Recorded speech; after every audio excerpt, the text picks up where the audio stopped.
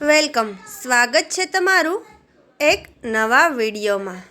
એકવાર માતા લક્ષ્મી ભગવાન વિષ્ણુને પૂછે છે કે હે સ્વામી, તુલસી પાસે દીવો પ્રગટાવવાનું શું મહત્ત્વ છે અને દરરોજ સાંજના સમયે તુલસીની પાસે તેઓ શા માટે પ્રગટાવવામાં આવે છે?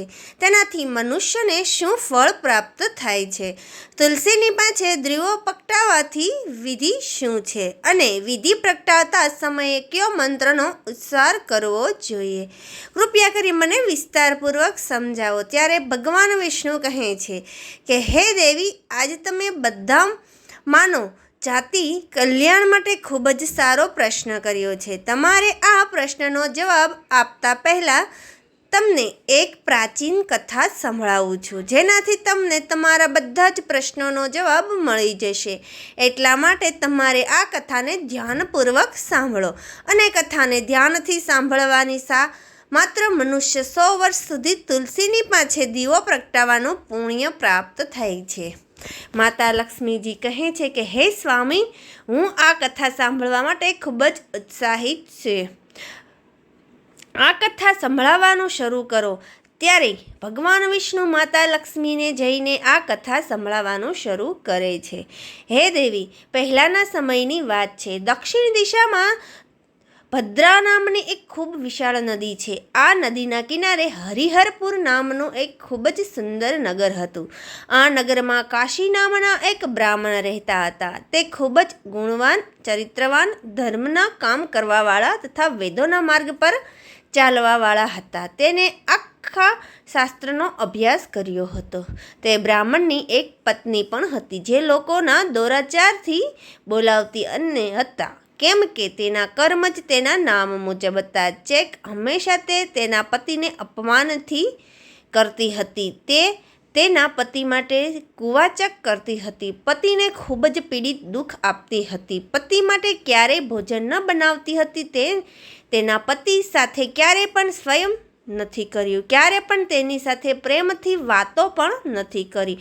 પતિના મિત્ર પરિવારના લોકો ઘેરે આવતા ત્યારે તે સ્ત્રી તેને અપમાનિત કરીને ભગાડી દેતી હતી અને સ્વય કામ ભાવનાથી નવરા પડી અન્ય સ્ત્રીઓની સાથે ફરવા માટે જતી રહેતી હતી. તેનું મન પતિને છોડીને પરાયા પુરુષના રસમાં રહેતો હતો. તેને ક્યારેય પણ પોતાના પતિ સાથે પ્રેમથી વાત નથી કરી હોય, પરંતુ પરાયા પુરુષની સાથે બેસીને વાતો કરતી હતી. પરાયા પુરુષને મોહિત કરવા માટે આજથી ધનની ગામમાં ફરતી હતી. ક્યારેક તે વનમાં એક વૃક્ષ નીચે ઊભી રહીને સુંદર પુરુષોની વાટ જોઈ રહી હતી. એક કોઈ દુષ્ટ પુરુષોને મોહિત કરીને તેની સાથે રાસવિલાસ કરતી હતી. પછી એક દિવસ તે દુષ્ટ સ્ત્રી જંગલમાં ગઈ અને એક ઝાડ નીચે ઊભી રહી. તેનું મન વાસનાથી ભરેલું હતું. તે કોઈ સુંદર લપટ પુરુષની રાહ જોઈ રહી હતી, પણ લાંબા સમય વીતી જવા છતાં ત્યાં કોઈ માણસ ન આવે એટલે તે અત્યંત દુઃખી થઈ ગઈ.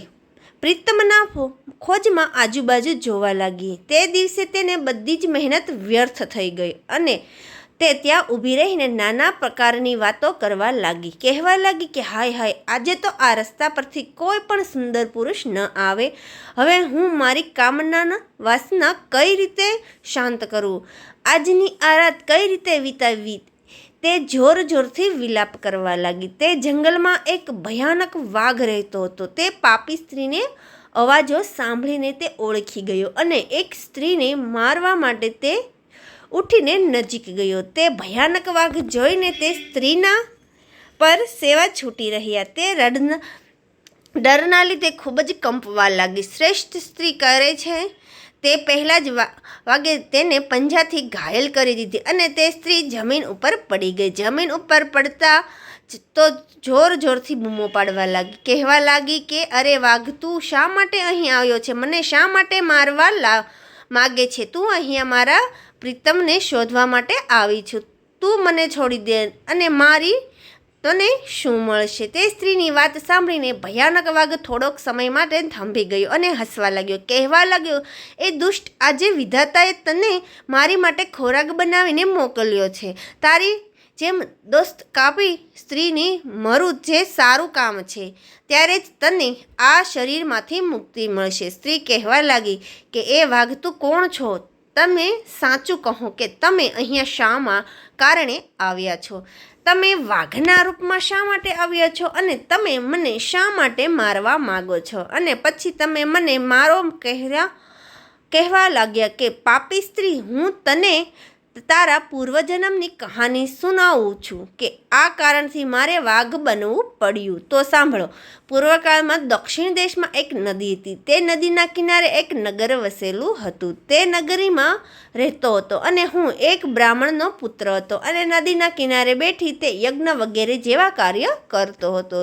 મેં જે જન્મમાં ઘણા બધા પાપીઓ માટે યજ્ઞ કર્યા હતા. પાપીઓના ઘેરે ભોજન પણ કર્યું હતું. મેં તેને આ લોભે જ પાપીઓના કાર્યો કર્યા હતા.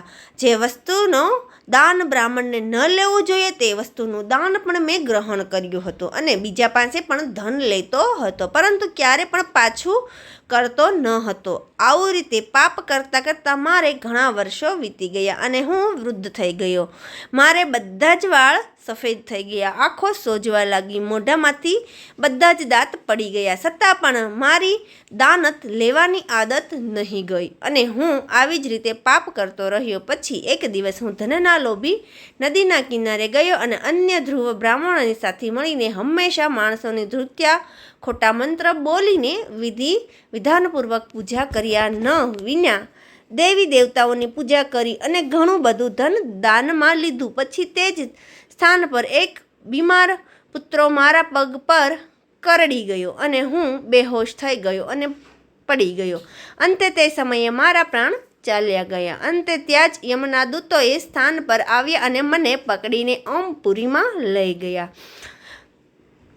માંસ સાથે લઈ ગયા. ક્યાં યમરાજના ચિત્રગુપ્ત તને મારા કાર્યનો હિસાબ કિતાબ કાઢવા માટે કહ્યું. પછી ચિત્રગુપ્ત કહેવા લાગ્યો કે ધર્મરાજ, આમ બ્રાહ્મણે તો ઘોર પાપ કર્યું છે. તેને બીજાનું ખોટું બોલીને ધન લીધેલું છે. વિધિ વિધાનપૂર્વક સજા ન કરાવવાની ખોટા મંત્ર બોલીને ભગવાનનું ઘોર અપમાન કર્યું છે. એટલા માટે આ પાપી ખાલી નર્ક જવાને લાયક જ છે. પરંતુ યમરાજ તેના દૂતોને આદેશ આપ્યો અને તે મને અગ્નિમાં નાખી દીધો. ઘણા વર્ષો સુધી નર્કની સજા ભોગવ્યા બાદ મને વાઘનું શરીર પ્રાપ્ત થયું અને હું આ દુર્ગમાં વનમાં રહેવા લાગ્યો. હું મારા પૂર્વજન્મના પાપોને યાદ કરીને ક્યારે પણ મહાત્મા સાધુ પુરુષ સાથે સ્ત્રીઓના ભક્ષણ નથી કરતો. હું ખાલી પાપી અને દુરાચારી અને ખરાબ સ્ત્રીઓનું જ ભક્ષણ કરું છું, કેમ કે મને આ પાપની મુક્તિ મારી જાય છે. પ્રમાણે તેનો પોતાના પૂર્વજન્મની વાત સંભળાવી દીધી અને તે સ્ત્રીને કહેવા લાગ્યો કે આવીને તારા આચરણથી તો તું ખરાબ, એટલે કે સ્ત્રી તારા પતિને છોડીને તું આ વનમાં અન્ય પુરુષો ભોગવિલાસ કરવા માટે આવી છે. એટલા માટે તો આજે મારો ખોરાક જરૂર બનીશ. આમ કહીને તે વખતે ટેપ આપી અને સ્ત્રીને મારી નાખી અને તે સ્ત્રીને ઓમપુરી લઈ ગયા. ત્યાં તેને યમના દૂતો સામે ઊભી રાખી. પછી ચિત્રગુપ્તે તેની સ્ત્રીના લેખ જમણા વ્યાસ અને યમરાજને કહ્યું કે ધર્મરાજ આશ્રય ખૂબ જ પાપી છે અને ઘોર પાપ કર્યું છે. તેને ક્યારેય પણ પોતાના પતિની સેવા નથી કરી. તે પોતાના પતિને ભૂલીને બીજા પરાયા પુરુષ સાથે રાસ રમણ કરતી હતી. તેના પાપોને સાંભળીને યમરાજ તે સ્ત્રીને અગ્નિથી ભરેલા કુંડમાં નાખવાનો તો આદેશ આપ્યો. ઘણા વર્ષો પછી તેને કુંડમાં રાખવામાં આવી. પછી તેને ત્યાંથી કાઢીને બીજા નગરમાં મોકલવામાં આવી. તેણે ઘણા વર્ષો સુધી તે અલગ અલગ માર્ગોથી પસાર થવું પડ્યું અને ત્યારબાદ તે સમય પસાર થતાં તેને પુનઃ પૃથ્વીલોક પર ચાંદલાના રૂપમાં પ્રગટ થઈ. ચાંદલાના ઘરમાં લઈને તે ફરીથી અનેક પુરુષો સાથે વિહાર કરવા લાગી. થોડા સમય પછી પૂર્વજન્મના પાપોના કારણે તેને કોડ નામનો રોગ થયો ગયો અને ભયાનક પીડા સહન કરવા લાગી. તેનો અંગ અંગ જલવા લાગ્યો અને આંખોમાં પણ જલન થવા લાગી.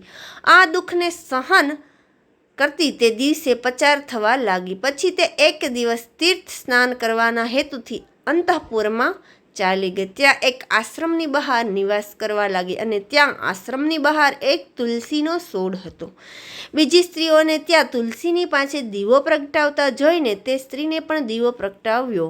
પછી તે જ રાત્રે હૃદયના કારણે તેનું મૃત્યુ થઈ ગયું અને યમરાજના દૂતો તેને લઈ જવા માટે ત્યાં પ્રગટ થયા. ત્યારે તેના જો સ્ત્રી યમુના પાસે બાંધીને લઈ જવા લાગ્યા ત્યારે ભગવાન વિષ્ણુ સ્પાદર્શ તે સ્થાન પર પ્રગટ થયા અને તે બંને દૂતોને રોકી લીધા અને કહેવા લાગ્યા, હે દૂતો, આ સ્ત્રીને તમે છોડી દો. આ સ્ત્રી નરક જવાને યોગ્ય નથી.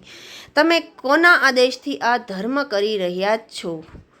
યમદૂતો તો બોલ્યા, પાર્ષદો, અમે યમરાજના આદેશથી આ અધર્મ કરી રહ્યા છીએ. આ પાપી સ્ત્રીને લઈ જઈ રહ્યા છીએ, પરંતુ તમે અમને ક્યાં કારણથી રોકી રહ્યા છો? આ સ્ત્રી તો ખૂબ જ પાપી છે અને તેને નરકમાં લઈ જવાની અમને આજ્ઞા આપવામાં આવી છે.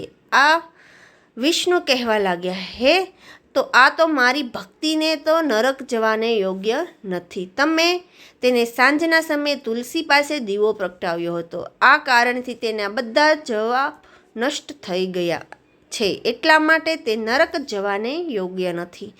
આ સ્વર્ગ જવાને પાત્ર થઈ ગઈ છે. ભગવાનની વાત સાંભળી દૂતો એ સ્ત્રીને છોડીને ત્યાંથી જતા રહ્યા.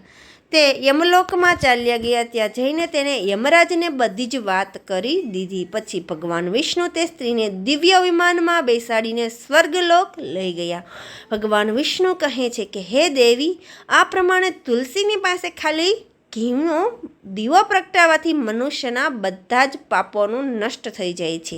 જે સ્ત્રી દરરોજ સાંજે તુલસીની પાસે દીવો પ્રગટાવે છે તે સૌભાગ્યશાળી બને છે. તેના પૂર્વજન્મના બધા જ પાપો નષ્ટ થઈ જાય છે અને તેને સુખ સમૃદ્ધિની પ્રાપ્તિ થાય છે. અને દીવો પ્રગટાવતા તમારે કહેવું જોઈએ કે, હે વિષ્ણુ પ્રિય તુલસી, હું તમને નમન કરું છું. તમે મારી સારી વૃદ્ધિ દો. હે માતા, તમે મારા મનને રોશની આપો. વિષ્ણુ કહે છે, હે દેવી, હજી અમૃતના પાણીથી નહાવાથી પણ ભગવાન શ્રી હરિ વિષ્ણુની પ્રાપ્તિ નથી થતી, જેટલી તે મનુષ્ય દ્વારા એક તુલસીનું પત્તું ચડાવવાથી મળે છે. આ હજારો ગાયોનું દાન કરવાથી જે ફળ પ્રાપ્ત થાય છે તે ફળ તુલસી પત્રના દાન કરવાથી મળે છે. જો મૃત્યુના સમયે તમારા મુખમાં તુલસી પત્રનું પાણી આવી જાય તો તે સંપૂર્ણ પાપોથી મુક્તિ મળી જાય છે અને તે ભગવાન વિષ્ણુના ધામમાં જાય છે. હિન્દુ ધર્મમાં તુલસીના છોડ ખૂબ જ મહત્વ છે. તેની સાથે પહેલાં પૂજા કરવાથી ભગવાન વિષ્ણુ કહે છે કે જે પ્રમાણે દેવી લક્ષ્મીજીને વૈકુંઠનું ઐશ્વર્ય પ્રાપ્ત થાય છે તે જ પ્રકારે વૈકુંઠમાં તુલસીના કારણે જ પવિત્રતા પ્રાપ્ત થાય છે. પૃથ્વીલોક પર જે સ્થાન પર તુલસીનો છોડ હશે તે સ્થાન પર ક્યારેય પણ બુરાઈનો વાસ નહીં થાય. આ સ્થાન સૌથી પવિત્ર સ્થાન કહે છે. આ કારણથી આપણે ઘરમાં તુલસીનો છોડ અવશ્ય લગાવવો જોઈએ. આ પ્રમાણે ભગવાન વિષ્ણુએ માતા તુલસીની પાસે દીવો પ્રગટાવવાનું મહત્ત્વ સમજાવ્યું. તો મિત્રો, વિડીયો પસંદ આવ્યો હોય તો વિડીયોને લાઈક કરજો અને જો હજુ સુધી તમે સ્ટોરી વર્લ્ડ ચેનલને સબસ્ક્રાઈબ ન કરી હોય તો ચેનલને સબસ્ક્રાઈબ કરી લેજો અને બેલ આઇકો પ્રેસ દબાવવાનું બિલકુલ પણ ભૂલશો નહીં. ફરી મળીશું એક નવા વિડીયો સાથે. ધન્યવાદ.